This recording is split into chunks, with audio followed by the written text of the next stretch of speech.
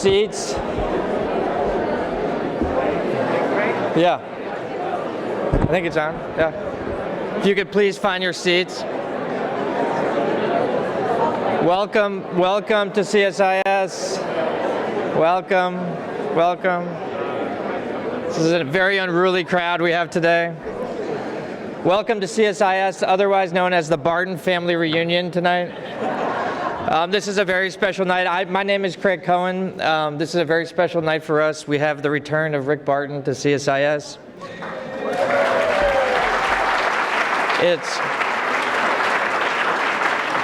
It's sort of like Barry Bonds returning to AT&T Park, minus the steroids. No, this is great. This is going to be really fun. We're here tonight because Rick Barton has written this terrific book, Peace Works. If you haven't bought it, please do. Please buy copies for your friends and neighbors. If you know Rick, it's really 3 or 4 hours of spending wonderful time with him. That's what it feels like reading it. I mean, every page, everything about Rick comes across. And if you don't know him, what I'd say is that it seeks to answer a question that we think about a lot here at CSIS, which is whether America still wants to lead in the world. And I think in Rick's own way, this is what he's trying to answer with this book. And I think the answer that he gives is a quintessential, American answer, which is, with humility, with openness, with common sense, and with a deep optimism that we can do good in the world, that we can still lead. And that's what I took away from it, and I'm sure that's what you're going to take away from this conversation with Rick and with Jeannie. So please join me in welcoming Rick here tonight, and enjoy.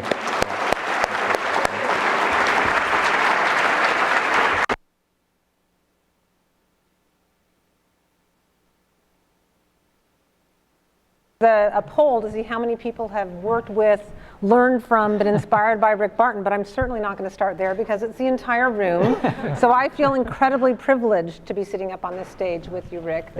My name's Jeannie Burgo. I'm the president of Internews. I did have my time with Rick in my history as well, but Internews as well has been a partner of Rick for many, many years. I do have a different poll, though, for all of you to start it off. One of the things that I learned when I first met Rick, and I was warned about this, like watch out, we were sitting and strategizing, and I was looking at doing some work with him in the Balkans, and he pulled out a piece of paper, and he started drawing furiously, and he said, and the picture sort of looks something like this, this is what we need to do. Do this when you go out there. And I just want to know how many of you saw a picture like this when you worked with Rick? From a fax machine even sometimes, do that. So Rick, the first question is, let's stage this. What do you want us to take away from this book? You're 23 years, 40 countries.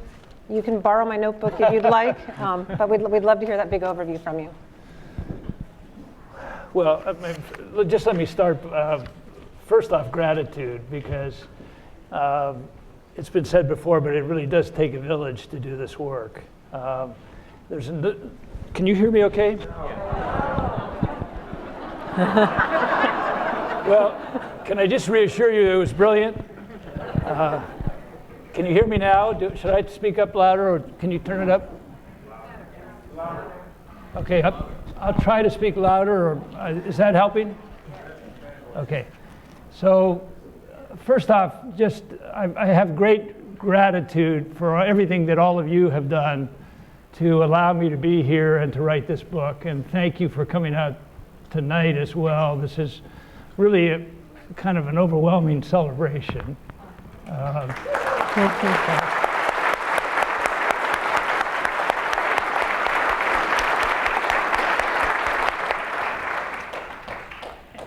And you know that this work takes a lot of people to do it even halfway well.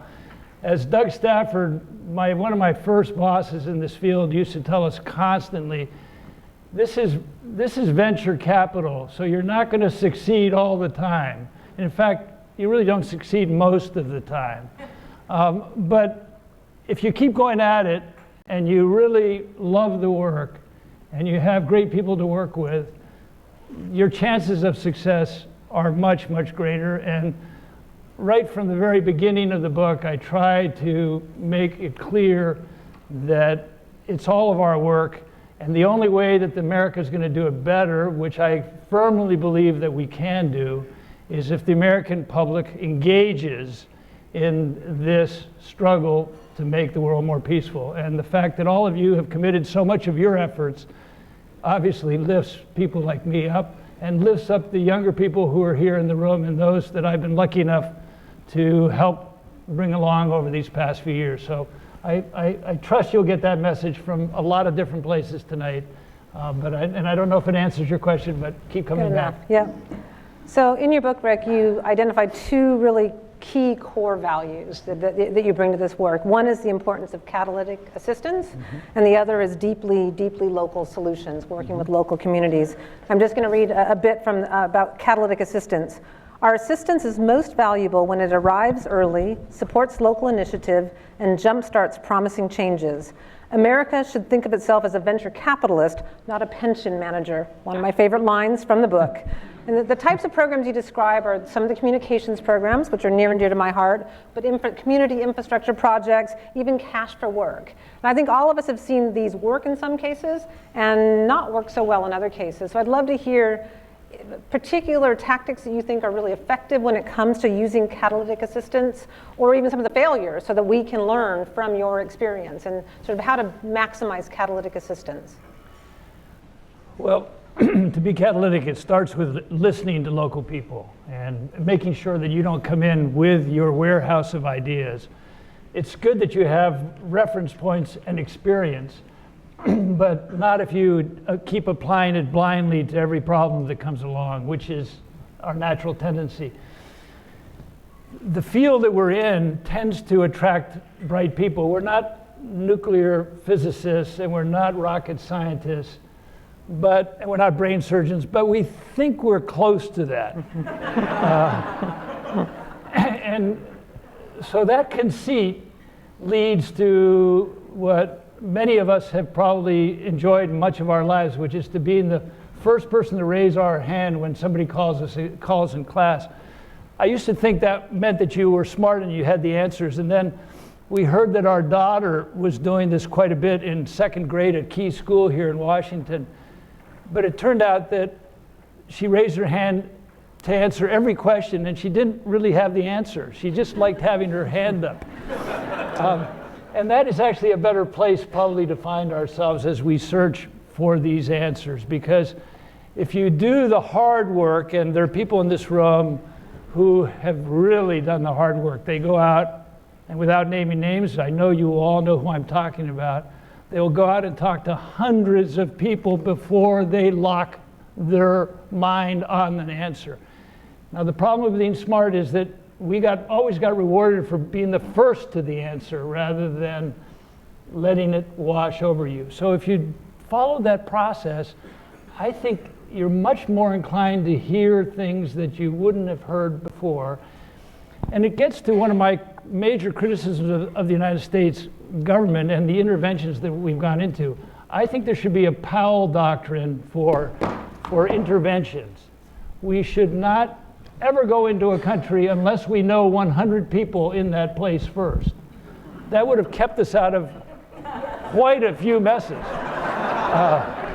And it's not that complicated a rule. So these are the kinds of things that I think will allow us, but again, then looking for what's going on already. What's the spirit of the place? There's hardly ever, the spirit is hardly ever, we want war on the part of the people. I mean, I've never gone to a place where there were just thousands of people demonstrating for war. There tended to be a few people who were driving the scene. So if you can find that silenced majority, and you can listen to them and you can let it wash over you, inevitably they are doing something that we could pick up on. And I believe that that's the power of the community and the power of people power, and that's where we want to be. It's interesting. I was going to then focus on your second core value of those deeply local solutions, which you've referred to a lot. And in fact, that term wash over you, in fact, I was going to quote that from your book because it struck me as such an important way to talk about this. You say the best way to do that, to get deeply local, is to get on the ground, let it wash over you. Context is king, and having a feeling for the place, its history, myths, humor, and favored narratives is vital. So that is how you really get local. And there's a bunch of us here from the Balkan days and certainly the Kosovo days, and I experienced that. The tactic that you used in so many places was to put people out there, be out there in the communities, not just in the capital. And we used to, when we first went into Kosovo, everyone went out to their communities that they were assigned to, but we'd come back into Pristina before we could be deployed permanently and have a 5 o'clock beer party where we would compare notes about what we had heard, what we had seen. It was the most important gathering happening in Pristina at the time. The ambassador would come, the military would come. They may have come for the beer, but they came and they listened to the teams describing what they were seeing and feeling, what was washing over them in these places. So that tactic of putting people out there, living with the people that we're trying to work with and partner and give catalytic assistance to is so important. But it's getting harder now, right? I mean, we were able to do that because we were working in permissive environments.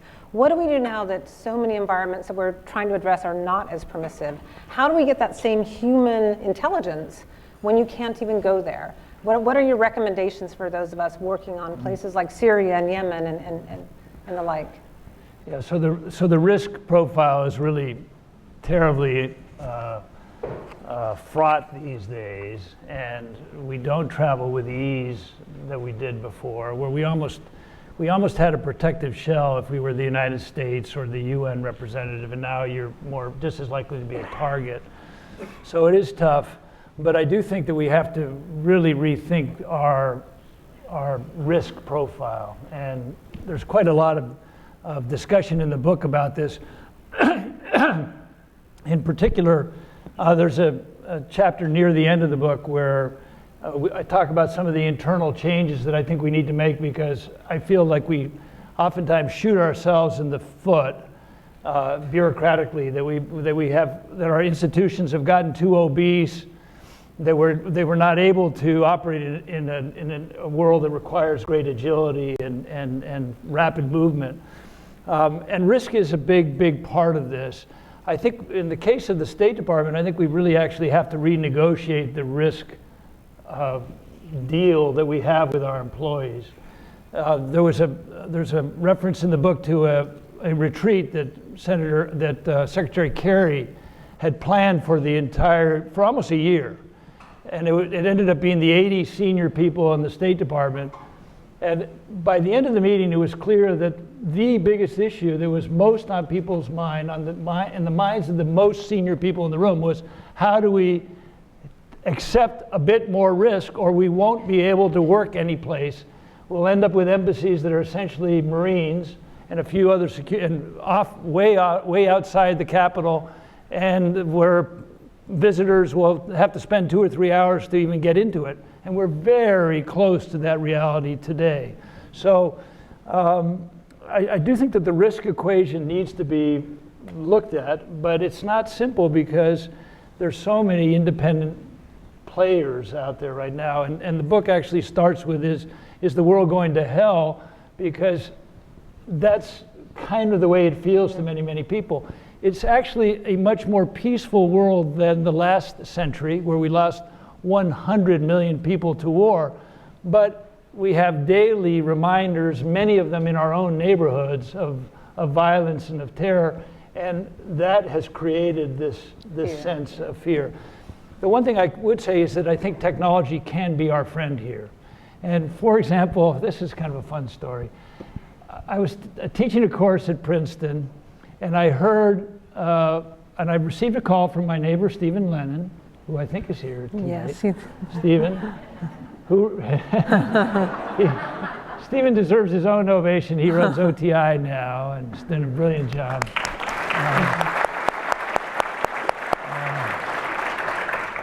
But he called me saying that somebody is using your name in Syria, and they think it's the Russians. So I didn't really have a reference point for this, and so I said, does it happen to be, is the Pauls in Syria, does it happen to be Victoria Liu? And he said, yeah, that's the name. I said, well, she's a student of mine. She has made 19 Skype calls into Syria in the last 2 weeks because she wants to see what the opposition, the people who started the revolution, are doing today.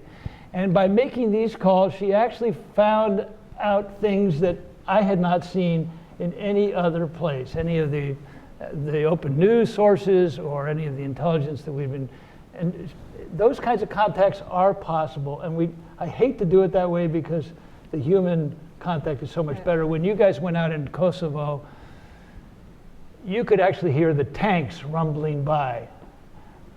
The intelligence community at a meeting that I attended at the NSC told me that they hadn't gotten any intelligence for 3 days out of Kosovo because it was overcast. So this kind of presence is absolutely critical. We have literally, almost everybody in this room has served in some capacity at some risk at some time, and you've done it well, so it can be done. But we're going to have to really work hard at it. Long answer. Can you give the next one? Could be true or false. Or No question I wasn't going to ask, but it triggers sort of some of the bureaucratic challenges to this type of engagement, to the catalytic investments that you're talking about. And you talk about the police program in Aleppo and the vetting and the fact that you couldn't get those stipends out. And that was just such a devastating story. And to realize that our bureaucracy was tying up such an important piece of assistance. Do you want to tell a little bit about that story? So one of the big challenges in a place like Syria is how do you give the good people a fighting chance to make it on their own? That's my criteria. Not a shining city on the hill, but just give them a chance. And we felt that there were a lot of good people in Syria. In fact, I'd been thoroughly impressed by those folks who had started the revolution, most of whom we did not know, because Assad had obviously killed everybody that he needed to, or chased them out of the country, or co-opted them, or convinced them to change their careers. So they were not around. So these were all new, younger people. And we wanted to give them a chance to govern because they didn't have tax dollars. They didn't have a lot of things working for them. And one idea we came up with after talking with Ambassador Ford was supporting the police who had defected from the Syrian regime. They were credible because they had defected and they hung around and the community trusted them and the community needed somebody to protect them so they could walk the streets. They knew nobody was protecting them from the bombs, but their day-to-day street life, they needed protection. And we were lucky enough that some of the people we worked with knew the chief of police and the head of the government in Aleppo. And we thought Aleppo was one of the tipping point places that if we could really do the job in Aleppo, that this revolution might stand a chance. It was the industrial heart and the largest city in the country. So we started working with the police chief of Aleppo, and he vetted for us the 35 top people who worked for him. You know, this is really very funny. Right. I've got hearing aids and I've got Bluetooth and I'm getting a phone call. I always wanted to do this on the O'Reilly show, is when he asked a rude question to say, that's really a tough question, Bill. Do you mind if I make a buddy call? And then it happened one day when I was on his show, and I thought, well, CSS would probably fire me if I did that. so I didn't do it.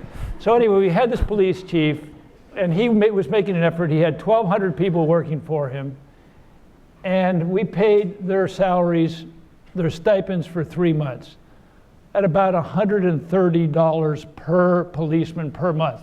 Now, if they were refugees, it would have been several $1,000s a month for us, the subsidy we would have given them in another country. If we had trained them to be police and taken them to Jordan, it would have cost us tens of thousands a month for that process. But here they were on the job for about $130 a month. And after 2 or 3 months, we heard that what if one of these policemen is a terrorist? What would that mean to this program. And our contention was, and we eventually won this argument, but it was months of going through, jumping about every hoop you could find. We argued that if 1, 2, or 5 of 1,200 policemen are terrorists, and we're paying them $120 a month, we're not exactly making them a career. This is not going to be the difference maker, and we would be happy to make that argument at the US Senate or to the Washington Post or whoever was most concerned about it, because you have to understand that there's some of this kind of risk involved in everything. I ended up having to meet with the police chief one night in Istanbul, and just so you know, my negotiating did not work at all. And I thought I had dozens of clever arguments that I kept coming up with, but he had one overriding concern. He could not go back to his policemen, especially in light of the fact that the United States was not able to keep the identities of these people particularly secret, and ask them for all of this information. We were all over WikiLeaks, and he could not take that one more step with his people. So he knew his people. We were not able to make the payments until about 3 months later. And the British and the Danes were ready to pay, but they wouldn't pay if we weren't in the deal. So there they were. And of course, there was attrition. We lost more of them. Anyway, unnecessary, not really. One piece is American ingenuity. The other piece is I've got it. Sort of not taking. You want the graphic? It's a native caution. The native caution argument. So this is one of my favorite arguments. So sorry for those of you who've been around CSO, but I love the idea of a virtuous, sort of a virtuous choices. So you have two virtuous choices. You have native caution on one end, which is pretty good stuff because it keeps you from doing stupid things. And the other is American ingenuity, which is pretty good stuff because it's how we come up with clever answers to tough problems. So at the State Department, I had a group not quite this large one day, but I was invited by the management office the department's management office to speak to 200 employees. And I asked them, where do you think the State Department fits on this scale? Native caution, American ingenuity. What do you all think? Does anybody? So 95% of the people in the room raised their hands to say we're right up against native caution. And the other 5% used American ingenuity. We're over here. We're beyond native caution. So that's not a good place to be. You have to have balance. You have to have, and when you see somebody, a great ambassador like Lisa Kubisky here, who really embraced innovative solutions, you know it's possible. The book really tries to give credit to all of you who have done this work and taken those chances and seeing that it's not always career rewarding, but it's why you're there to do the job. And I hope I celebrate that enough in the book. I'm acutely aware that you all probably have questions as well. I'll ask one more, and then I have a bunch more, but I do want to open it up to the audience as well. You spend some time on the easy decade, the 90s, Bosnia, Rwanda, Haiti, the easy decade. Then you go into the 2000s of Afghanistan and Iraq. One of the things you say about Afghanistan is how could 100 individual successes add up to a gigantic failure? Now, I'll have to admit that I actually was a little bit taken aback when I read these two chapters because Iraq came first. And those of us who spent so much time on Afghanistan think that that's part of the problem, right? Iraq came first, or it came second, but took over the whole. So I'm just curious, you didn't actually address that in the book, so I'm curious about your thoughts on that, because those 100 individual successes really felt like they were going someplace until this happened. So I'd be curious just about the Iraq-Afghanistan trade-offs that you witnessed. Yeah, the reason that I did it in that order is that I got to Afghanistan after Iraq. Sure. So we did a little bit of work here at CSIS on Afghanistan, but then we got into Iraq big time because we thought that a really fascinating product would be to try to figure out what to do in Iraq if we went to war there. So we thought, we had a pretty good feeling that that it wasn't going to be done, that product would not be sitting there, and so that became our immersion for a couple of years. So that was why that order. But I've heard your argument many, many times. I think, I don't know. I mean, whether Afghanistan could have stayed on track, I haven't really, seized that argument enough to be able to give you a comfortable answer. That's fair enough. But I'm willing to take your. We can talk about this afterwards, right? It's a really terrific question. I do think that there are already signs of the United States taking too much ownership. So I love the National Solidarity Program in Afghanistan. Mm-hmm. I felt that it was a genuine effort to allow Afghans to take the lead at a local level and to really mobilize them and to try to give them enough fuel so they would shape their own solutions. And there was evidence.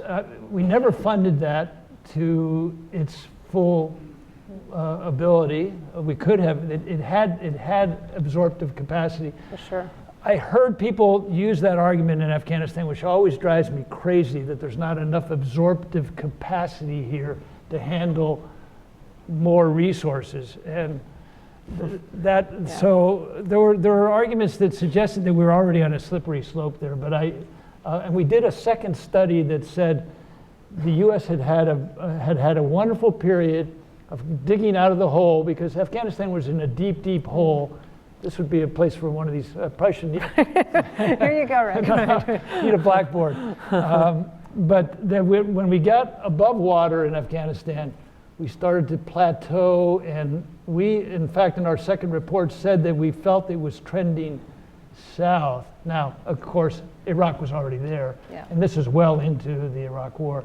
And a lot of people thought that the A team ended up being shifted to Iraq, and then we didn't pay attention to Afghanistan. So I understand the argument, and I suspect Afghanistan's a place that I spent more time, and you did feel it. You felt the dynamics of Iraq. You felt the suction of attention and that single purpose that you also talk about. So, I mean, just to strengthen your argument, when President Bush, he almost by personal will built the perimeter road. And it became sort of the two presidents road, and you could feel that in the early days, and that obviously did not happen. I mean, he ended up having his twice a week calls with Jerry Bremer instead, and offloading. So I think Steve Morrison, I think, is here. Steve was one of the co-founders of OTI, but he always used to use that one war argument. He didn't just use it as that the U.S. could only fight one war, but he used it as a larger argument for other things as well. And the U.S. public attention, at the very least, cannot handle two big things. And we continue. And all right, I would like to. Can I just say one more thing? For me, a big part of this book is to get the U.S. public engagement in these issues. That if the U.S. public is not engaged, the bureaucracy will do its thing. Smarter people will make their mistakes. I mean, all the things will happen, and it's clear that we have taken the American public out of play, and the role of the U.S. Congress is daily evidence of that, but also there's a lot more out there. I would like to open it up to questions here, and if you don't mind saying your name and how you know Rick, if you know Rick. Jeff Stacy, I know Rick because I was at SCRS and then met him soon after he took over as the new man in charge of CSO after the QDDR. Rick, these days we're kind of at an inflection point in global affairs, you might say. Things are pretty unstable. Things are pretty cloudy. There are a lot of crises, a lot of concerns in just about every region. But for a long time, stabilization sort of got a bad name. Budgets went down all over the place, and yet there's been a resurgence of some, I don't know if it's optimism, certainly a little momentum. The Stabilization Assistance Review, the latest CIGAR report goes even further. The UN stopped for a long time using the acronym DDR, and now we're talking about a new generation of DDR. What, at a time when nativism and populism are supposedly on the rise everywhere, and when you have an administration here That is not, we think we could win on all the arguments for this, but it isn't that easy. So besides writing a book and contributing to all of this, how now can yourself and the rest of us influence this administration and others to take this a little bit further than they have of late?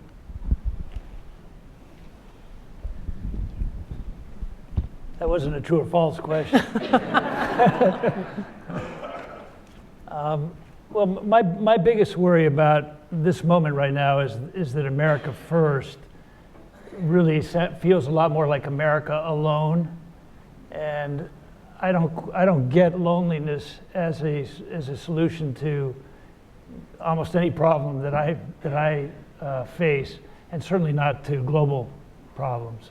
So it really does require a level of mobilization of human caring on a much more popular level, not just within a think tank in Washington and not just at the normal places that we have these conversations.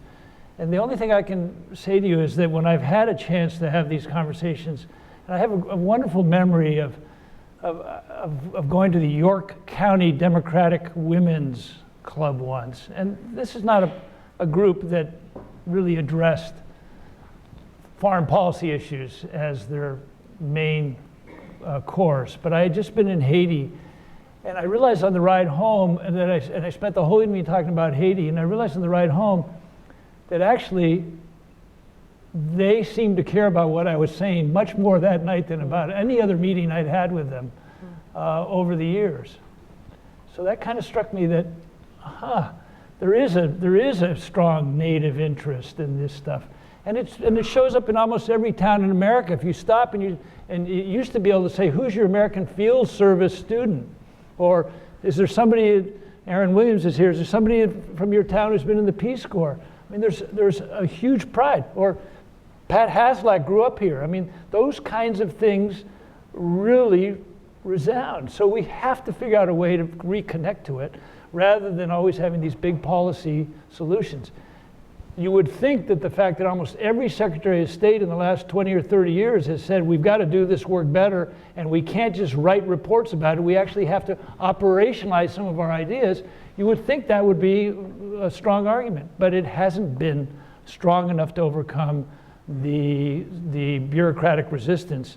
And when I was at the UN with the Peacebuilding Commission, it was the new kid in town. It got treated like it was sort of, what's this little runt doing here by the standard practitioners. So it's a bit of a battle, and we have to fight it. One last personal thing I will say is that sometimes I feel I'm good at this work because I'm the youngest of 3 sons. So for the first 12 years of my life, I lost every contest I was in. But I also finished every game with, let's play again. Let's play again. Let's play again. So you got to be ready to go at this multiple ways and never give up. And then I think we'll win some of these arguments because the logic and the reason is definitely on the side that you described.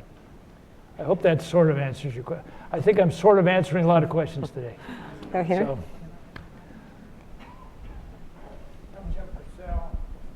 Here you go, Jeff. I used to head up the State Department Refugee Program Yes. and Director General of IOM, Right. where I met Rick. We worked in Haiti. I have a question about Syria. I was just in Turkey, met with a number of NGOs, and they don't think peace works. They don't think what? They don't think peace works. Yeah. 500,000 people killed, 8 to 10 million dislocated, Right. 1 million injured, 100,000 still in these awful prisons, cities destroyed. The international coalition that worked in the past doesn't exist. The Americans are cowards. So they want to know, why do you put up with it? Why don't you guys force your government? How do you get the public engaged? You say that's one of the purposes of your book. When I ran the refugee program, I'll tell you, Rick, we had an advocacy community here that worked. Every morning, if I screwed up, I could expect to hear from NGOs, congressional committees, others. I don't think that advocacy committee effort exists anymore. But could you comment on how you say that's one of the purposes of the book, to get public engagement? Some ideas about how to do that? Sure. Well, this is Jim Purcell, who was the Director General of IOM for a number of years and did a really terrific job, and was our partner, the OTI's original partner in Haiti, and then in Guatemala with Luca and others as well. So I'll try to start to weave an answer, but it's not a simple answer for you, Jim. The US public has been engaged in Syria, on the Syria issue, twice in the last 7 years. So if I had a map behind me to chart it, as there were 10,000 deaths, 50,000 deaths, 100,000 deaths, now close to 500,000 deaths, the American public's reaction was about the same to all of that very bad news. There were two moments when the American public, this is based on Google searches, so pretty good data, pretty good database. Twice where that chart went off the charts, literally. When do you think they were? When do you think were the two times that the American public got fully engaged? Which? The little boy on the beach in Greece was once. And the President Obama saying, I want the Congress to take up this issue. Suddenly 80 congressmen who were home for the weekend, when the weekend now is pretty much Wednesday to Tuesday,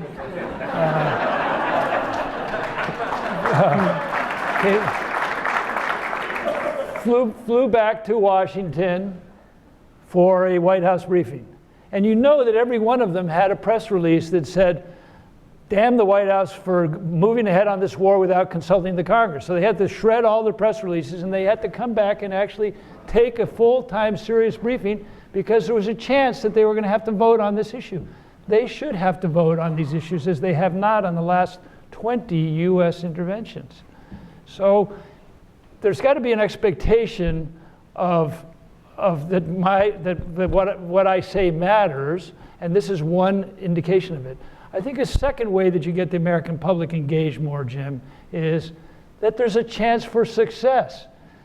I don't know if any of you are sports fans, but if your team stinks every year, and if you happen to turn on the Baltimore Orioles broadcast any evening right now, you will see that there's nobody in the stadium.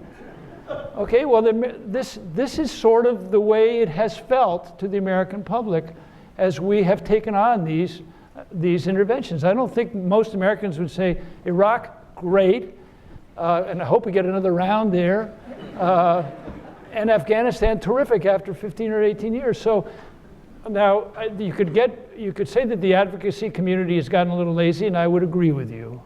I think it's become an industry. This is a great industry town, and we need to. There's some industries that need to get strengthened, like the peace-building industry. Melanie Greenberg is here. She's trying to build that into an industry so that people will actually look to prevent, mitigate, and get out of wars a whole lot better than we have been. So I think this is all a very complex puzzle, but we've gotten quite a bit too lazy because things are pretty good. And by the way, we can now fight these wars without ever having to pay more tax dollars or having to even send our children, because it's somebody else's kids. I mean, it's really somebody else's kids now. And so these are all distractions from our sense of responsibility. And my feeling I just think that civic responsibility is at the very heart of our country. And if you don't have that, then you can pick off all these little groups and say they're not doing their jobs, but it's still back to us to care more and do better with it. Go to this young one over here. Yeah, that's good.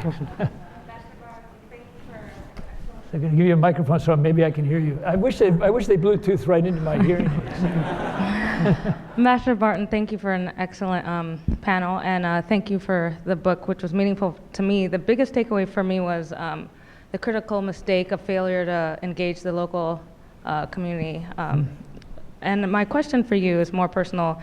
The best advice that you got during this time period of your career, which is still continuing, and for those of us still pushing for peace, what would you give us moving forward to accomplish this?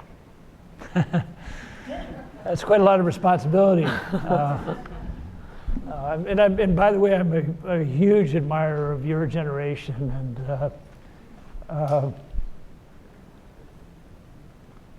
of the values that you seek to enforce, really. So I'm not sure I could give you advice other than to say, keep it human. You can have all these fancy rules, and of course, if you work in the government, there are lots of ways you're supposed to do things. But I would say, just if you err on the side of the people, and look for the people in these places. I mean, we see some polls sometimes. We saw polls in Bosnia that were ridiculous. I mean, there's no way they could have really been talking to the people. But you got to find them. You got to go out and find them, and you've got to stay there long enough to hear them. And if you do that, then the wisdom of the crowd. I'm a big fan of the wisdom of crowds, so I would encourage you to do that. It will supplement your sense of values and your beliefs, and probably make you more successful. You won't have any problem with that, Esther, because you're kind of a big extrovert, so it's going to be pretty easy. Now we've got a trio over here. Yes, you can. Hey, hi, Lisa. I'm Elise Nelson from Vital Voices. First off, I know Rick through his fabulous wife, better half, Kit Lenny, wherever she is, who I'm sure this book wouldn't be possible without. But more importantly than meeting Kit, I guess about 6 years ago, I heard from Kit and Pat McCarthy and Bobby McCarthy, his late wife, you know that guy you're dating? Rick Barton thinks he's really great. Luckily, I married him, but I was like, who's Rick Barton? I'm not taking anyway, responsibility. so the worlds collide. But the question I had, and thank you also for the comment about and all the work that you've done and the emphasis on the locally owned solutions and investing in those. I'm a huge believer in that's the only way to make change. But the question I have for you is that certainly, we know peace doesn't work without, with the half the population left behind, right? So in the last 15 years, really, since 1325, UN 1325 resolution came out, we know that the numbers haven't gotten better in terms of women's role in peace negotiations, but also we know that those, when women are included, it has a much greater success of lasting longer. So what advice would you give to make sure that more women's voices are around the table, but also considering they're building that community infrastructure to keep the peace and lasting, what advice do you have in the aftermath? Yeah, thanks, Elise, because as everybody who I've worked with would know, that the whole idea of silenced majorities starts with women and young people.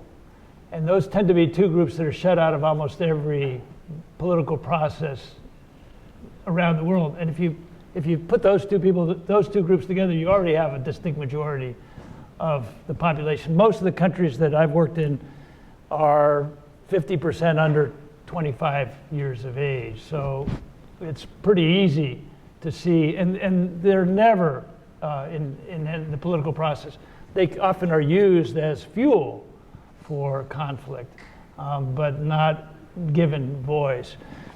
We had a moment when I was in the State Department this last time where the Syria meetings that were going to take place in Turkey, in Geneva, did not have many women.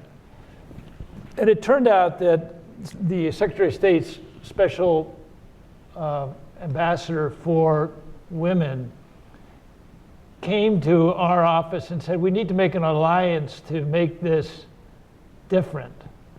And we were very happy to join in that alliance.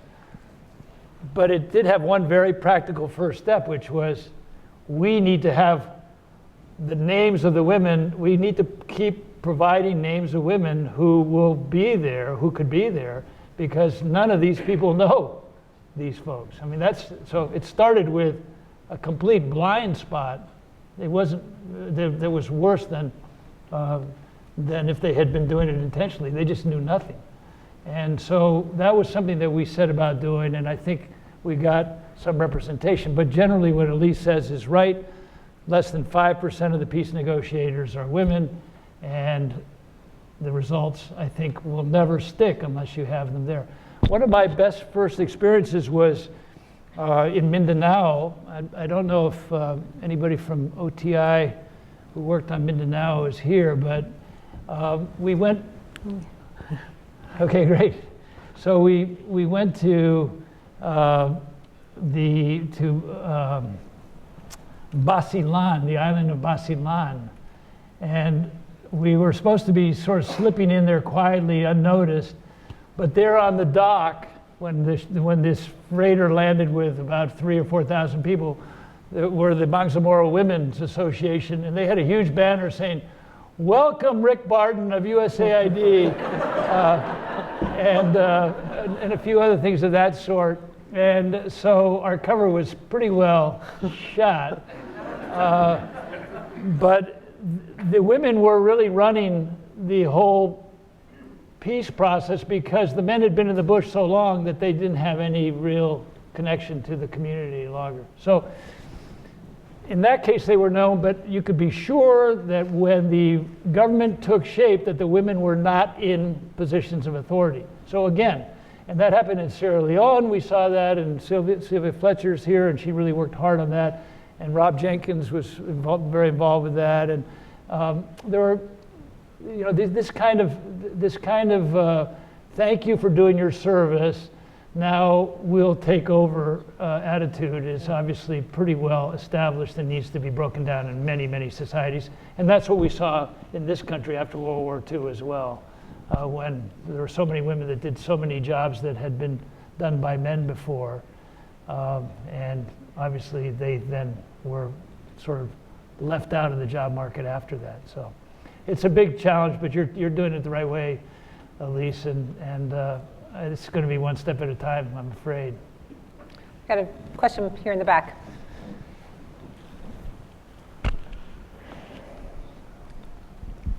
Yes, my name is Lual Mayen. I'm from South Sudan. And my question is in peace building. I know South Sudan has been through a lot of war for so many years. So I believe that true peace is built over time. And what I'm doing right now, I'm building video game for peace building and conflict resolution. So what advice would you give in terms of using video game for conflict resolution? So in South Sudan, developing a video game for conflict resolution, using new technologies to try to advance peace in a pretty tough place. Any experience you have advice on that, on engaging? Well, I love alternative ways of engaging people, and I've never been involved with a video game. So bring it on. But it's why not? Because it's obviously there's a big audience there of people the right age. We did have a wonderful recent experience, and I see several people here in the room, Julia and others who worked in Nigeria, where we created we helped a local filmmaker, the Steven Spielberg, basically of Nigeria, to develop a reality series which took on the national narrative that violence pays. And it was a spectacular, I feel, success that really was a wonderful way for a few $1 million to reach 165 million people that we couldn't do any other way. So any way that you can find to connect to people and get them thinking about solutions and about alternatives to violence, we should do it. By the way, I've already mentioned Melanie Greenberg, but Melanie is one of the leaders in looking for these alternative solutions. So maybe she could stand up and we can give her a, so that's who you should talk to.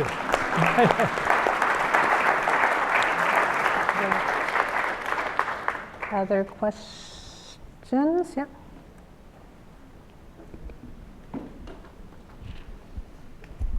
Hi, thanks. I'm Dan Whitman. I was in SCRS after the Haiti earthquake, now at American University.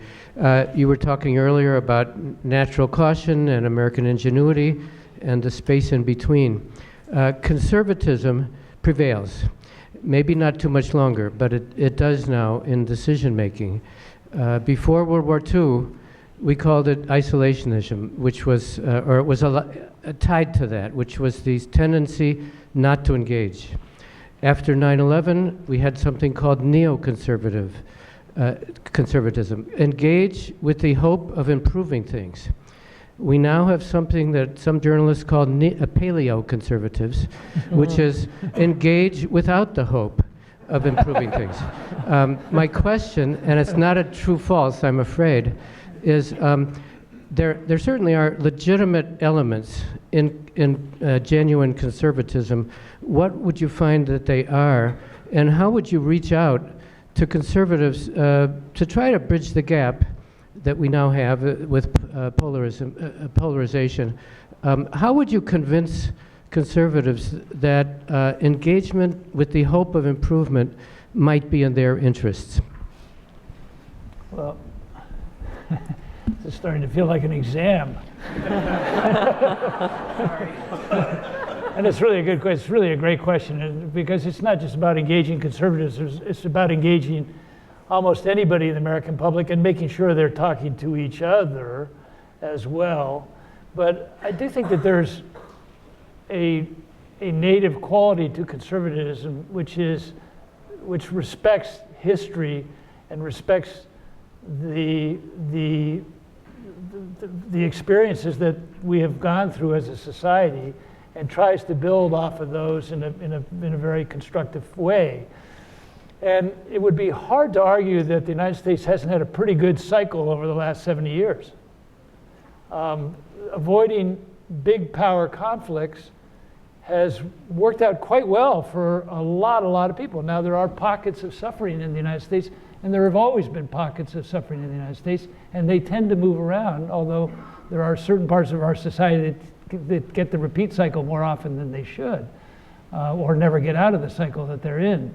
But I think that you could probably make quite a few friends in the conservative side of the argument by saying, look what this has done for our own personal safety, which is very high on the minds of all citizens, but certainly on the minds of conservatives. Look what it has done for commerce. Look what it has done for the America's economic growth. I mean, there are plenty of arguments out there, and those are arguments that have been strengthened by our negotiations over the years and by the agreements we're in. I happen to think we're moving into another era that maybe the big agreements aren't going to be the answer, that it's going to be a much more atomized marketplace. That could also be, I think, an understanding of what the next markets look like is probably a way that we could maybe bring people together, because it's not going to be the way it was any more than any other moment in history is a pure replication. So, good question. I'm afraid we're going to have several more coffees. And unfortunately, we're going to have to wrap it up. I do have a couple of final comments, so I have to say that Q&A taught me one thing. Elise, he's in addition to being a peacemaker, he's a matchmaker, because he and my husband and I are together because of Rick Barton as well. So, just saying. No, thank you, Rick.